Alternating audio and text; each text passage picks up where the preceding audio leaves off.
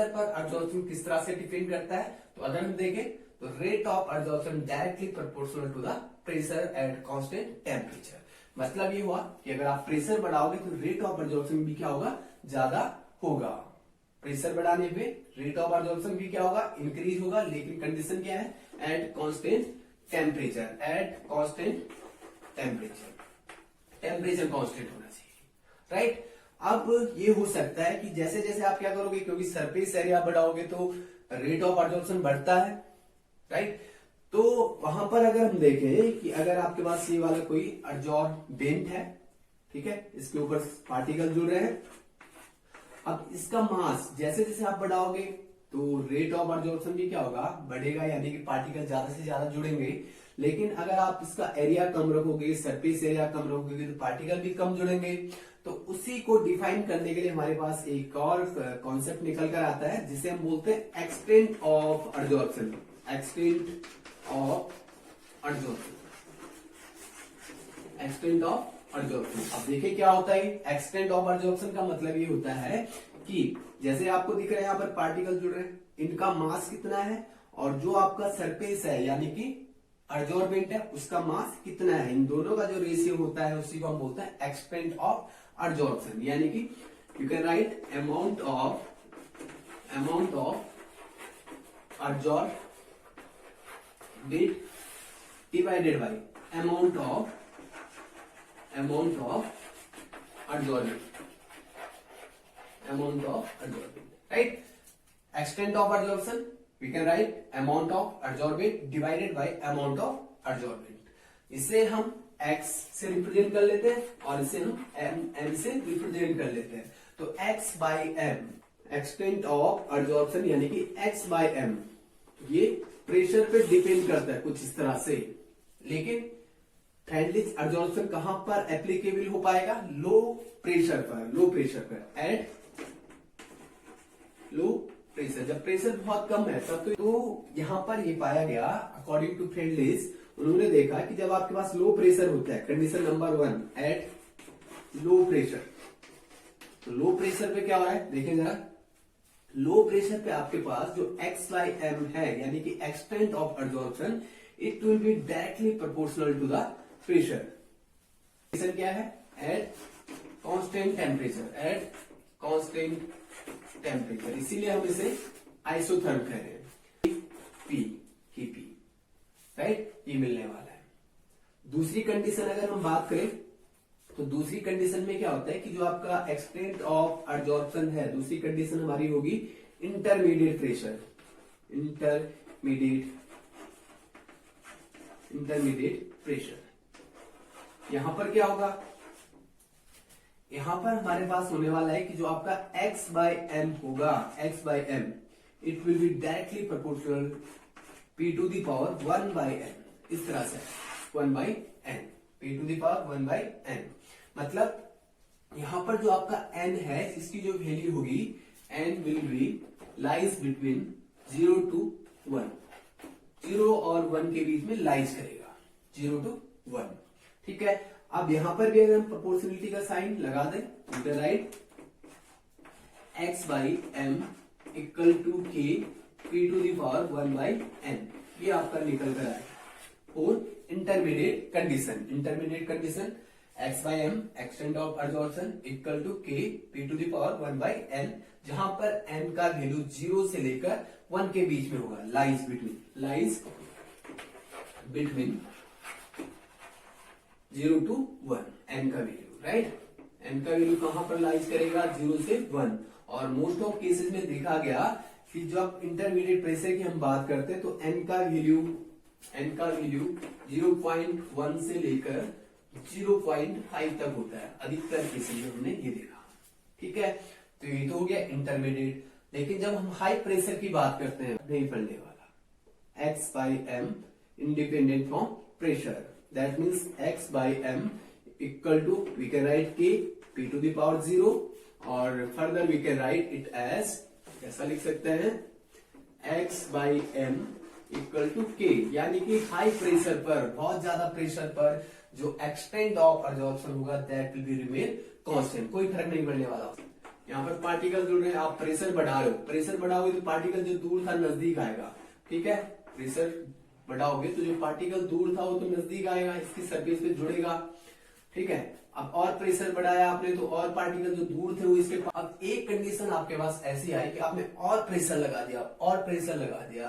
अब आप खुद देख सकते हो पार्टिकल यहाँ पर है, आप प्रेशर बढ़ा रहे हो यहाँ से, तो ये वाला जो सरफेस है पूरी तरह से क्या हो गया, ऑक्यूपाई हो गया, कुछ भी नहीं दिख पा रहा है आपको कि कहां पर जोड़े इसे, ठीक है। जब बहुत ज्यादा प्रेशर होगा तो एक फिक्स क्वांटिटी इसके ऊपर आ जाएगी, क्वांटिटी फिक्स हो जाएगी इसके ऊपर एट हाई प्रेशर, ठीक है। तो हाई प्रेशर पर क्वांटिटी फिक्स हो जाएगी तो आप कह सकते हो कि extent of absorption equal to constant, ये निकल कर आता है आपके पास अलग अलग प्रेशर वाली कंडीशन पे। लो प्रेशर पर P का पावर 1 आएगा, इंटरमीडिएट प्रेशर पर अगर हम देखें तो P का पावर 1/n आएगा, जहां पर n का वैल्यू किसके बीच में लाइज करेगा, 0 से 1 के बीच में लाइज करेगा। और अधिकतर केसेस में देखा गया कि जो n का वैल्यू होता है दैट इज फ्रॉम 0.1 से लेकर 0.5 तक होता है। एट हाई प्रेशर पर जो आपका एक्सटेंट ऑफ एब्जॉर्प्शन होगा that will be remain constant, ठीक। अगर हम इंटरमीडिएट वाली बात करें यहां पर और इस इक्वेशन को थोड़ा सॉल्व कर ले, इस इक्वेशन को सॉल्व कर ले तो देखें इन जनरल आप लिख सकते हो x by m equal to p to the power 1/n according to Freundlich's absorption isotherm, ठीक है। अब इसमें क्या होगा, अगर हम इस चाहे कि ग्राफ प्लॉट करना चाहें तो हम क्या कर सकते हैं, दोनों तरफ लॉग ले लेंगे।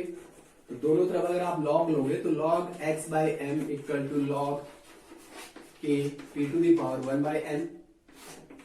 आगे से सॉल्व करोगे तो you will get log x by m equal to log k, लिख सकते हो m इंटू n की फॉर्म में, log k plus log p to the power 1/n। आपको पता होता है कि log m into n equal to हम लिख सकते हैं log m plus log n। अगर आपके पास क्या log m इंटू n तो आप लिख सकते हो log m plus log n। अब यहां पर हमने log का यूज किया। अब एक और फॉर्मूला हमारे पास होता है, अगर आपके पास कहीं पर इस तरह से है log x to the power m, तो इसे हम कैसा लिख सकते हैं, m log x, ये वाला हम लिख सकते हैं इसकी जगह। तो that means we can write log x by m equal to 1/n, इसके पहले लिख देंगे और ये पूरा टर्म है इससे यहां पर लिख लेते, स्टार्ट में लिख देता हूं 1/n log p, ये लिख सकते हैं, ये वाला टर्म मैंने पहले लिख दिया, इसे बाद में ले जा रहे तो log k, ये हो गया, ठीक है। इसे आप कंपेयर कर सकते हो, डेरिवेशन यहां पर निकल कर आता है log x by m और log p के बीच में ये स्ट्रेट लाइन इक्वेशन को फॉलो कर रहा है। तो अगर हम ग्राफ प्लॉट करते हैं तो इन दोनों के बीच में क्या आएगा, एक स्ट्रेट लाइन आएगा और जो आपका स्ट्रेट लाइन आएगा उसका इंटरसेप्ट यहाँ पर क्या होगा, आप देख के बता सकते हो कि इंटरसेप्ट हमारे पास क्या होगा, log k, यानी कि कुछ ना कुछ वैल्यू यहाँ पर इनिशियली आपके पास होगा। तो अगर हम ग्राफ प्लॉट कर लेते हैं तो आपका स्ट्रेट लाइन आएगा कुछ इस तरह से, और ये वाली जो वैल्यू होगी आपकी दिस विल बी इंटरसेप्ट, ये आपका क्या होगा, इंटरसेप्ट। और इंटरसेप्ट की वैल्यू क्या है, अगर आप कंपेयर कर रहे हो तो इंटरसेप्ट का वैल्यू आ रहा है log k, intercept equal to log k, right. और दूसरी बात अगर हम यहाँ पर देखें m की जगह आपके पास क्या है 1/n, यानी कि इस लाइन का जो स्लोप है, स्लोप विल बी 1/n, इस लाइन का जो स्लोप होगा स्लोप इक्वल टू 1/n।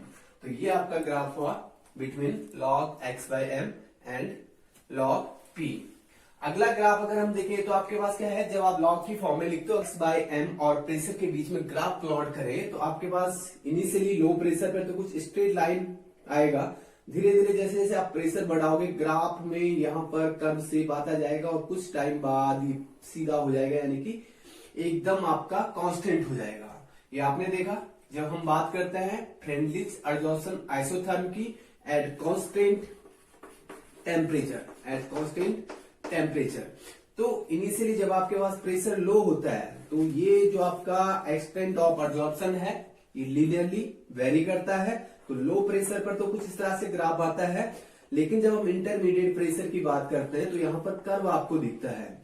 तो जब आपके पास इंटरमीडिएट प्रेशर होता है तो कुछ इस तरह से दिखेगा, इंटरमीडिएट प्रेशर पर कुछ इस तरह से दिखता है, राइट। और जब बहुत ज्यादा प्रेशर हो जाता है तो एक कंडीशन आपके पास ऐसी आएगी कि जो एक्सटेंट ऑफ एब्जॉर्प्शन है उसमें कोई भी चेंजेस नहीं आएगा, कांस्टेंट हो गया, राइट। ये कब होगा? At high pressure, at high pressure, ठीक। तो लो प्रेशर पर आपने देखा था कि आपका जो एक्सप्रेशन निकल कर आता है लो प्रेशर पर वो कितना निकल कर आता है? x/m directly proportional to the pressure.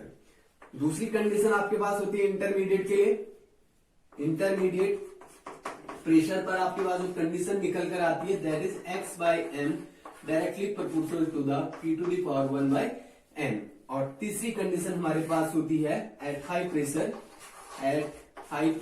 यहां पर कंडीशन आपके पास निकल कर आती है x/m डायरेक्टली प्रोपोर्शनल P⁴